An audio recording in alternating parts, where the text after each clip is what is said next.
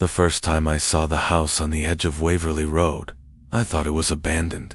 Its windows were dull with layers of grime, the kind that took decades to settle in, and the wood siding bowed outward like ribs pressing against skin from within, but it was not empty. I know that now. I had moved to Lincoln, Nebraska, after my mother died in late October. The official reason was a job offer from the local paper, but the truth was simpler. I needed to vanish. In the city where I had lived before, too many people knew me, knew the mistakes I had made. Lincoln was a clean slate, a quiet place where my face was just another stranger's. I rented a small upstairs apartment near O Street. The place smelled faintly of dust and radiator heat, and I liked the sound the wind made in the alley at night. My landlord, a wiry man named Frank McKenna, told me about the neighborhood, pointing out the grocery store, the post office, and the quickest way to the newspaper building. Then his voice dropped a little. "If you are walking east and you get to Waverly Road," he said, "do not go past the house with the black fence." I asked why, but he only shook his head. "People around here leave it alone," he told me. "That is the best way." I would have forgotten the warning if I had not taken the long route home 2 nights later. The air was cold, the kind of sharp November chill that made each breath sting. I saw the black fence before I realized what street I was on. The iron posts were thick and crooked, as if they had been forged by hand in a hurry. The yard beyond was overgrown, and in the center of it stood the house. The upper windows caught the dim streetlight in a strange way. It was not reflection. It was something more like the faint shimmer of eyes, catching light in the dark. Something moved behind the glass. I told myself it was a trick of my tired brain, but my feet slowed. I stood there, staring at the shadow that swayed in one window, and then vanished. The street was silent, but the silence did not feel empty. It felt as if something was holding its breath with me. When I finally walked away, I could not shake the sense that I had been noticed. The first week passed without incident, except for the dreams. I dreamed of the house every night, but in the dream it was never still. The boards pulsed, bending inward and outward, as if the house itself were breathing. Something whispered from inside. I never understood the words, but the tone was pleading. By the 4th night, the dream had changed. I was not outside anymore. I was standing in a hallway with faded floral wallpaper. A light flickered at the far end. Beneath my feet, the floorboards were warm, as if something alive moved just under the surface. I began to walk, each step making the warmth spread higher into my legs. When I reached the door at the end, I felt a slow heartbeat against my palm before I touched the knob. That was when I would wake up, always to the sound of faint scratching at my bedroom wall. One evening, after staying late at the paper, I decided to walk past the house again. My chest felt tight as I approached Waverly Road. There were no streetlights on that stretch, only the faint orange glow from far behind me.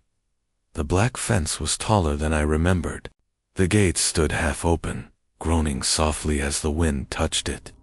The overgrown grass leaned in the same direction, as if something heavy had brushed through it toward the road. I told myself I would just look, just get close enough to prove to my brain that there was nothing to fear. But once I reached the gate, my hand rested on the cold iron before I realized what I was doing. The house loomed ahead, taller now, the roofline jagged and sharp against the night sky. One of the upstairs windows was open. I could see movement again, but this time it was not a shadow. A pale hand gripped the sill. Long fingers curled outward, then slowly retreated into the dark. I froze. From inside came a sound like someone humming. It was not a melody I knew. The notes rose and fell unevenly, breaking in the middle as if the singer were underwater. I stepped back. My heel crunched on something, and I looked down to see a small bone. It was smooth and white, with a fresh crack running through it. I wanted to believe it belonged to an animal, but the shape was wrong. Too human, too small. The humming stopped. Then, From the open window came a voice. It was a whisper, but the words were clear. "You are already inside." My breath caught. My eyes darted to the gate, but it was gone. The black iron was nowhere behind me. In its place was more grass, stretching endlessly back to the road. I turned in a slow circle. The house was no longer at a distance. It stood directly in front of me, the front door open wide. Inside, a hallway waited, dimly lit by a single bulb swaying from the ceiling and beneath my feet. The ground was warm. I did not remember taking the first step, but the warped boards groaned under my weight. The smell hit me before I crossed the threshold. Damp wood, something metallic beneath it, and a sweetness that made the back of my throat ache. The door closed behind me without a sound. The bulb hanging in the hallway swung gently, its light crawling over faded wallpaper. The flowers printed there had once been red, but now they were the color of dried blood. My eyes followed the pattern, and I realized each bloom had been altered. In the center of every flower was a shape that should not have been there. Tiny faces with closed eyes and mouths stretched into silent screams. I told myself it was just the way the paper had aged, but when I stepped closer, the eyes on one of the faces opened. A faint rush of warm air brushed my cheek. The breath had come from the wall. Somewhere deeper in the house, the humming began again. Louder now, still fractured and uneven, but layered. More than one voice. I moved forward, each board beneath me rising slightly, pressing against my shoes, as if the floor wanted to feel the shape of my feet. The warmth followed me, creeping higher, until it felt like I was walking on a body that stretched through the entire foundation.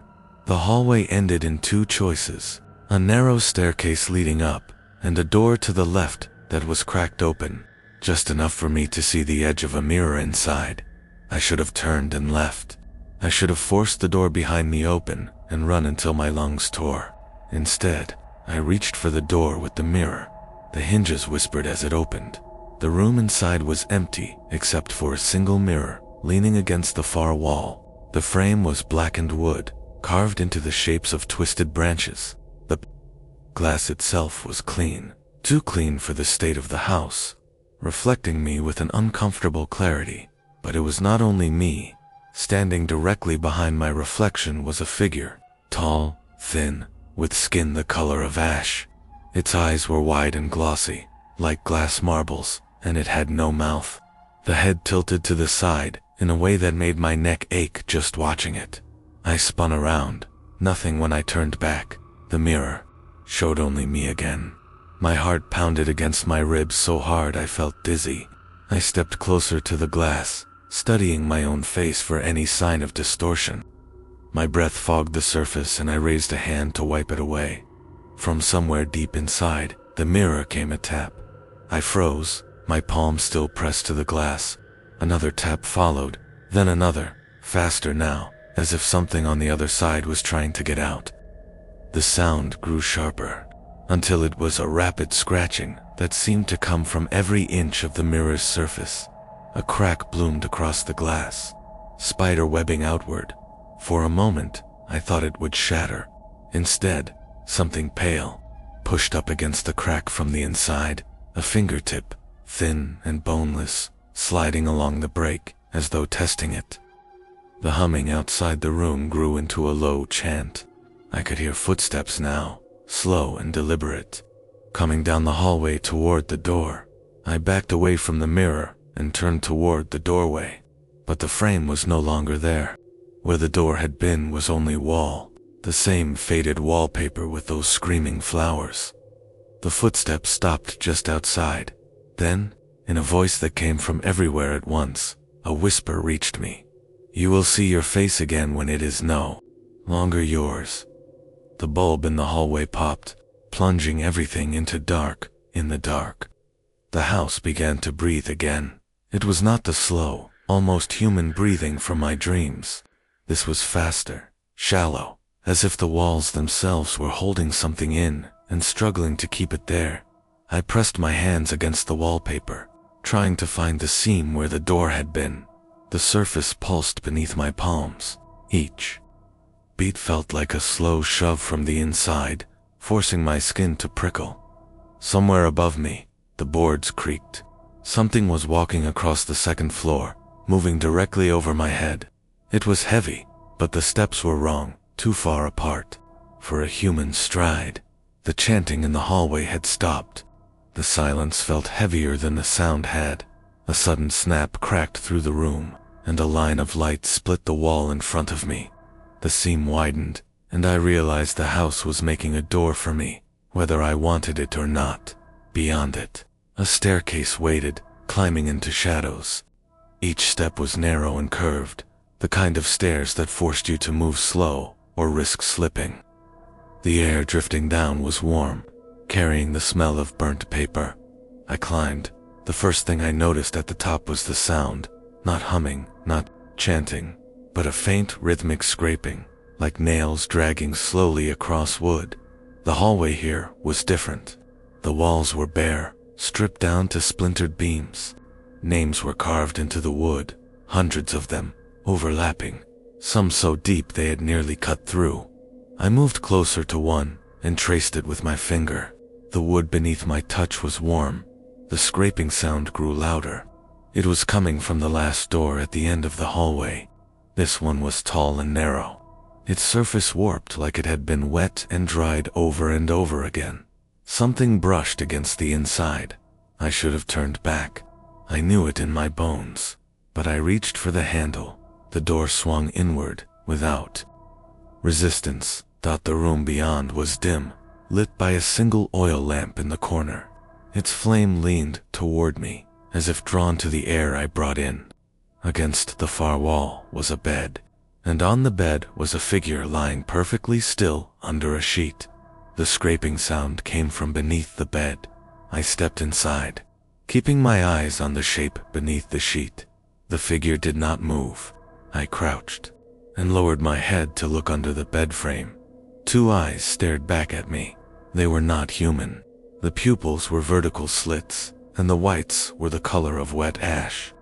The eyes were set too far apart, the face around them lost in shadow. The thing smiled, showing teeth that were thin and flat, like shards of bone. Before I could move, the figure under the sheet sat up. The sheet slid away, and I saw my own face staring at me, pale, lips cracked, eyes wide and unblinking. It opened its mouth and spoke in my voice. You left the gate open. From the corner of the room, the oil lamp went out. When the oil lamp went out, the dark closed around me like wet cloth. I could still see the eyes under the bed, glowing faintly in the blackness. The figure wearing my face leaned closer, and I could hear the soft crack of its neck tilting too far to one side. I stumbled backward, my heel striking the doorframe, but the doorway was no longer there. My hand met only rough wall. A sound began to rise inside the room. Not a voice, but the deep thrum of something large shifting in the walls. Each pulse rattled the bed frame and sent fine dust raining from the ceiling. The thing with my face reached out and touched my chest. Its fingers were ice cold. The moment it made contact, I saw something not with my eyes, but with some other part of me I did not know existed. The house, years ago. The walls fresh, the paint new. A woman in a blue dress standing at the gate, her hands shaking as she held it open. 3 children slipped inside, their bare feet leaving wet prints on the path. The woman turned to look over her shoulder, and her eyes found mine, as if she could see me through time. She mouthed a single word, "Stay." The vision broke. The figure in front of me was gone. The bed was gone. The whole room was gone. I was standing in the front yard of the house, the grass brittle under my shoes. The black fence loomed behind me, its gate wide open. I stepped toward it, every instinct, screaming to run, but the air in front of me thickened like invisible hands, pressing against my chest. My feet slid in the grass, but I could not pass through the opening. A low voice came from my left. "That is not the way out." I turned. A man stood near the porch steps. His face was long and pale, with deep lines cut into his skin. His clothes looked decades old: suspenders, a frayed shirt, boots caked in mud. His eyes did not blink. "No one leaves through the gate," he said. "The gate is only for coming in." I tried to speak, but my mouth was dry. He tilted his head, studying me. "You are not the first to try," he said. His voice was calm, almost gentle. "But you might be the last." Before I could move, the ground under my feet shivered. The house groaned, a deep sound that rolled through the air like a warning. The man stepped back onto the porch and into the shadows. The porch light flickered on, even though I had never seen it lit before. The front door opened. From inside came a sound I recognized now, the slow, uneven humming. But this time, it was closer. It was coming from something standing just inside, waiting for me to cross the threshold. And for the first time since I had arrived, I realized the house was not just keeping me in, it was hiding me from something worse. The humming at the door deepened into something more like a growl. It was not an animal sound, though. There was shape to it, almost like words stretched too far until they tore. I backed away from the threshold, my eyes locked on the dark, shape swaying inside. My pulse hammered against my ears so hard I could barely hear the creak of the porch steps behind me. The man in the suspenders had returned, though now he stood at the edge of the porch, 1 foot on the top step and 1 foot still in the shadow. "Do not let it see you," he said. Before I could ask what he meant, the shape in the doorway shifted. Its outline was wrong, a hunched frame with limbs too long, elbows bending the wrong way. Its head tilted, and the humming stopped. Then it spoke. "You do not belong to this place yet." The words crawled into my head, dry and cold, bypassing my ears entirely. The man in the suspenders took another step back, as if the thing's attention might brush him if he stayed too close. "You can stay in the house," the man said quietly, almost to himself. "That is the only place they cannot cross." I turned to him. His eyes shifted toward the road beyond the gate. I followed his gaze. There, just past the open gate, stood 3 figures. They were still, their shapes warped by the night air, as though I was looking at them through rippling water. They had no faces, only pale ovals that seemed to glow faintly in the dark. They were holding hands. The middle figure raised its arm and pointed at me. The man in the suspenders sucked in a sharp breath. "Go inside now." I did not move. Something about the figures held me in place. The air around them seemed to vibrate, and I felt it in my teeth, a high frequency that made my vision pulse. The one on the left tilted its head in a way that was almost curious. Then, its arm began to lengthen. The skin stretched, without tearing, growing thinner until I could see the faint outline of bone inside. The arm reached through the open gate, the hand flattening against the air just short of the yard. It could not pass the boundary, but its fingers pressed hard against that invisible wall, and the air between us began to ripple like water about to break. The man in the suspenders stepped forward suddenly and grabbed my arm. His grip was like iron. "Inside," he said. "Now." I stumbled backward onto the porch. The thing in the doorway stepped aside without looking at me, letting me pass into the hall. As soon as I was inside, the front door slammed with a force that shook the glass in its frame. The humming started again, but now it came from the walls themselves. The boards shifted under my feet. The man in the suspenders was gone. I was alone in the hallway, and upstairs. Something began walking, each step shaking dust from the ceiling like ash falling from a dying fire. The footsteps above me were deliberate, unhurried, as if whoever was up there knew I would come eventually. Dust sifted down from the ceiling in thin streams, drifting in the dim light from the single bulb that swung in the hallway. I moved toward the stairs. I told myself it was because I wanted answers, but the truth was simpler. The house wanted me to go up, and I was starting to understand that it always got what it wanted. Halfway up, the air changed. warmer, thicker. I could taste the same metallic sweetness I had smelled my first night here. It clung to my tongue like syrup at the top. The hallway was not the same as before. The boards on the walls were smooth now, almost polished, and the names carved there earlier were gone.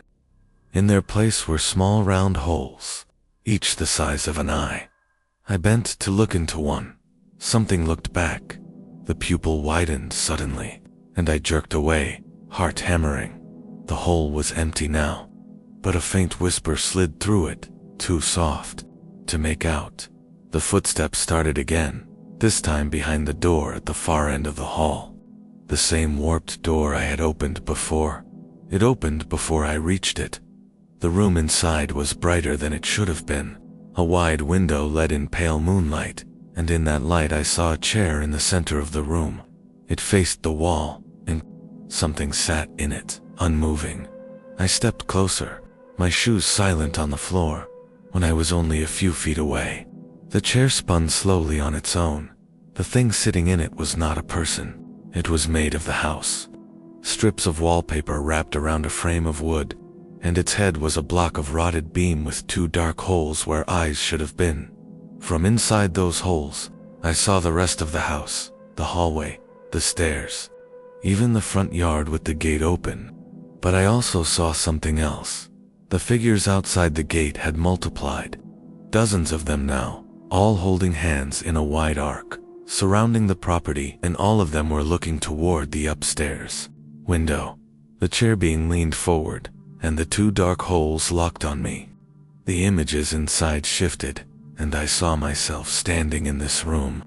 Looking back at it, then I saw myself leaving the house, walking through the gate, and joining the chain of faceless figures outside. I stumbled back, but the door had closed. Behind me, the wood of it pulsed once, as if to say it would not open again. The chair being raised one arm, its wooden fingers creaking. It pointed at me, and the air between us grew heavy. In the reflection of its black eye holes, I saw something I had not noticed before. Above the house, high in the sky, there was a shape, vast, shifting, watching, and I understood. The figures outside were not the real threat. They were waiting for whatever was above to notice me. The air in the upstairs room thickened until every breath felt like swallowing water.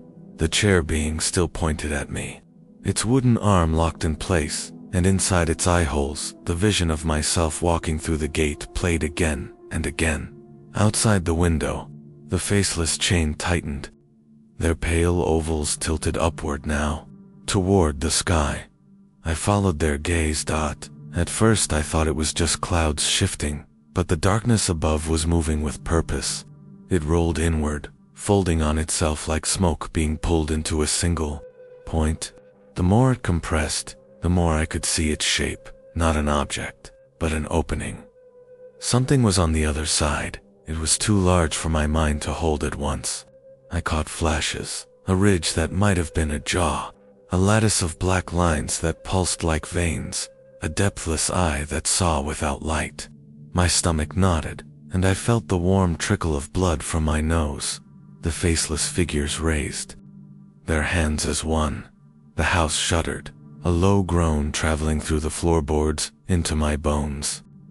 The chair being turned its head toward the window, then back to me, as if waiting for me to understand. I realized then what it wanted. The thing above was looking for something, someone. The house was hiding me in its walls, keeping me off whatever. Since that vast eye used to find prey, but it could not do it forever. And outside, the faceless chain was not just waiting, they were calling to it. The whispering through the holes in the hallway walls started again, but now the voices were clear. They were speaking my name, not just once. Over and over, each in a different tone, some pleading, some laughing, some sobbing. The chair being stood, its head tilted, wood creaking. Then it took a step toward me. I backed away, hitting the wall. The holes in the wood opened wider, dozens of them blinking like eyes. I saw the man in the suspenders in one of them, his face pale in the gloom. "Do not let it pull you upward," he said. "Once it has you, there is no ground again." The floor shifted under my feet. Not like the boards were moving, like the whole house was tilting toward the sky. My knees buckled. The chair being reached me. Its wooden fingers gripped my shoulders with surprising heat, and for an instant, I saw what it saw. Not the house, not the yard, only the black sky and the widening eye above, pulling me toward it like a tide. I shut my eyes, but the pull did not stop. The air was thinner now, as if the roof had been stripped away, and I was standing in open space. Something cold brushed my ankle. I looked down. A hand was reaching through the floorboards. Not wooden, not human. Its skin was black and slick, its fingers too many. It wrapped around my leg and began to pull. The chair being let go of me and stepped back. Watching it was letting the choice happen.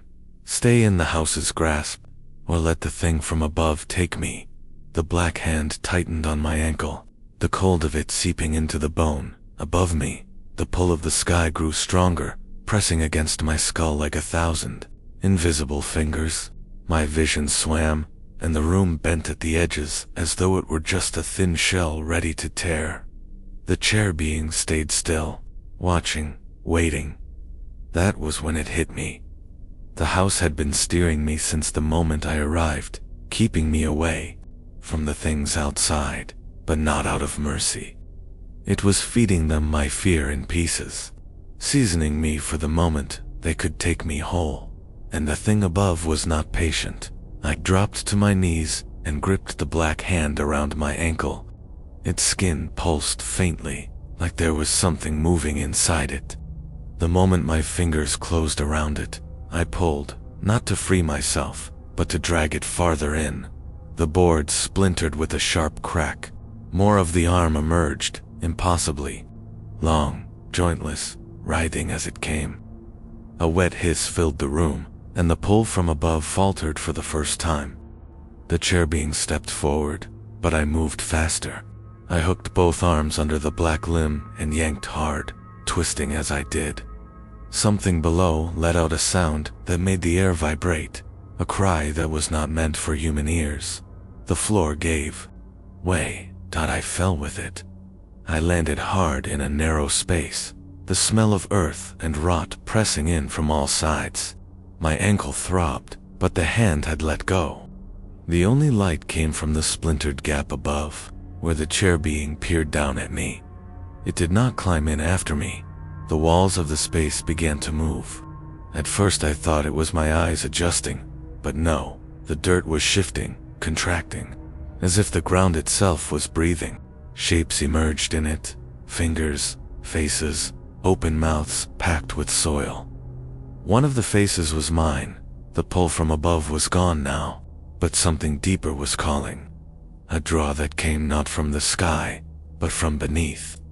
The earth whispered in a chorus of buried voices, each one carrying my own tone at different ages. Come down where the house cannot reach. I backed against the wall, my hands sinking into the damp soil. Something cold and slick coiled around my wrists. Above, the chair being leaned back from the gap, and the opening began to close as the boards knit themselves together. I shouted, but no sound came. My throat was filled with the taste of dirt. The last thing I saw before the darkness sealed me in was the faceless chain outside, no longer still.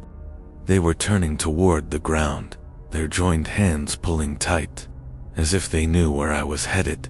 And for the first time, I realized there was no difference between up and down here.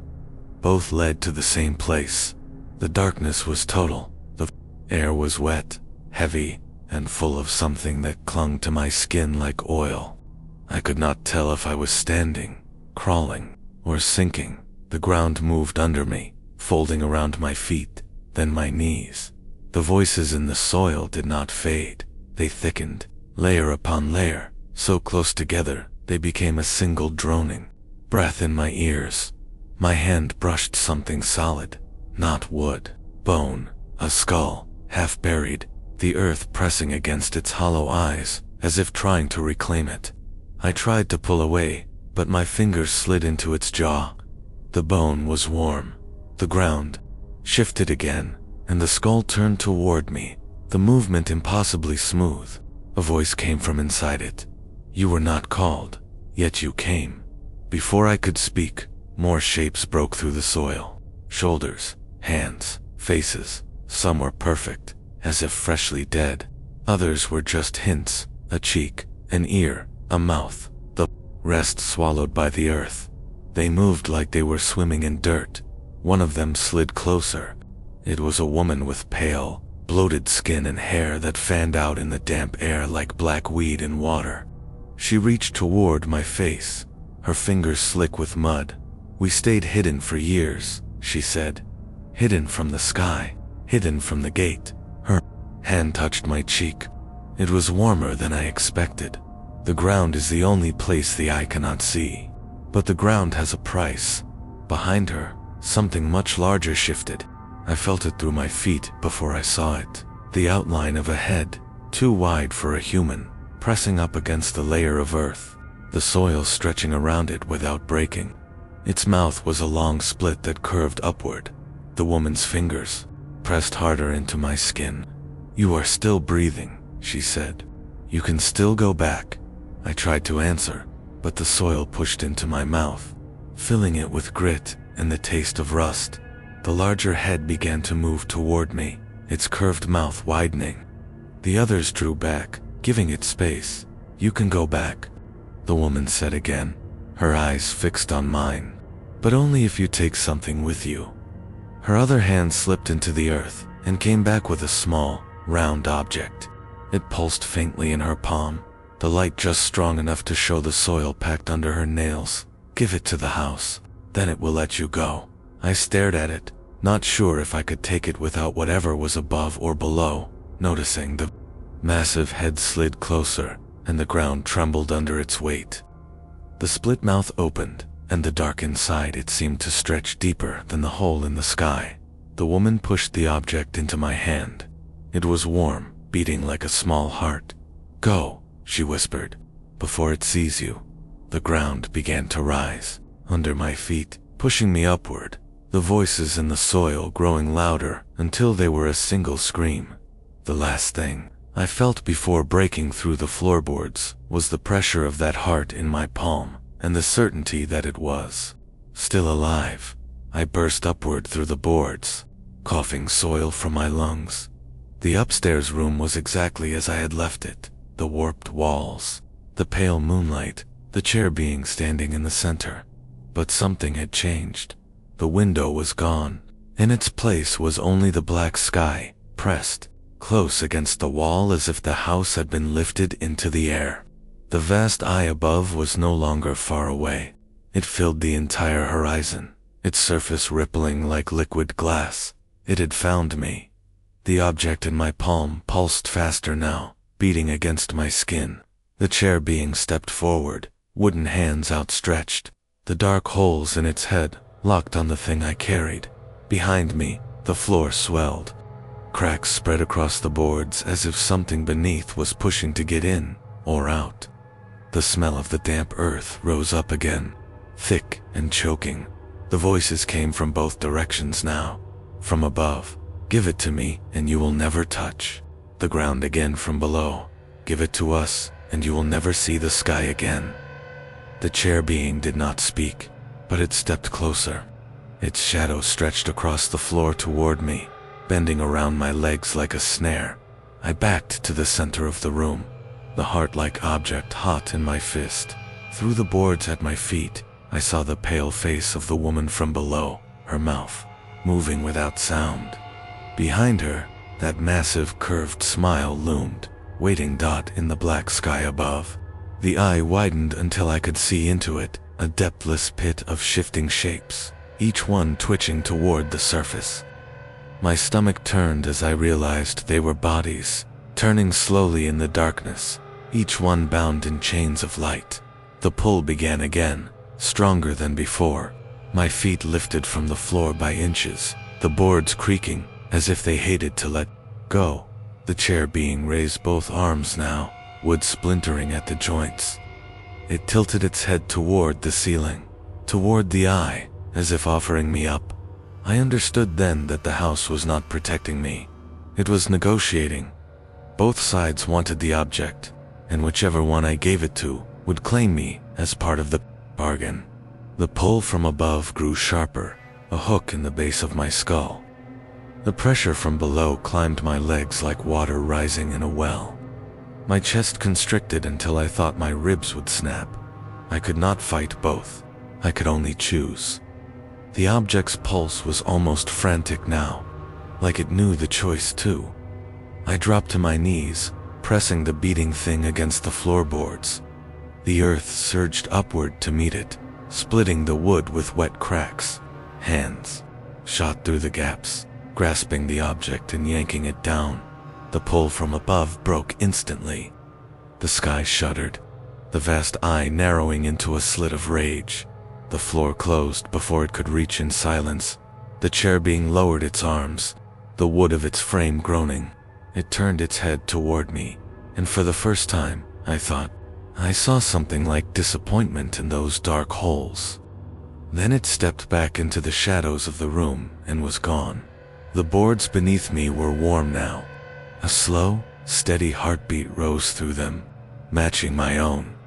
The house had taken its payment. But as I stood, I realized the heartbeat was not fading. It was growing, and it was not coming from below anymore. It was inside my chest.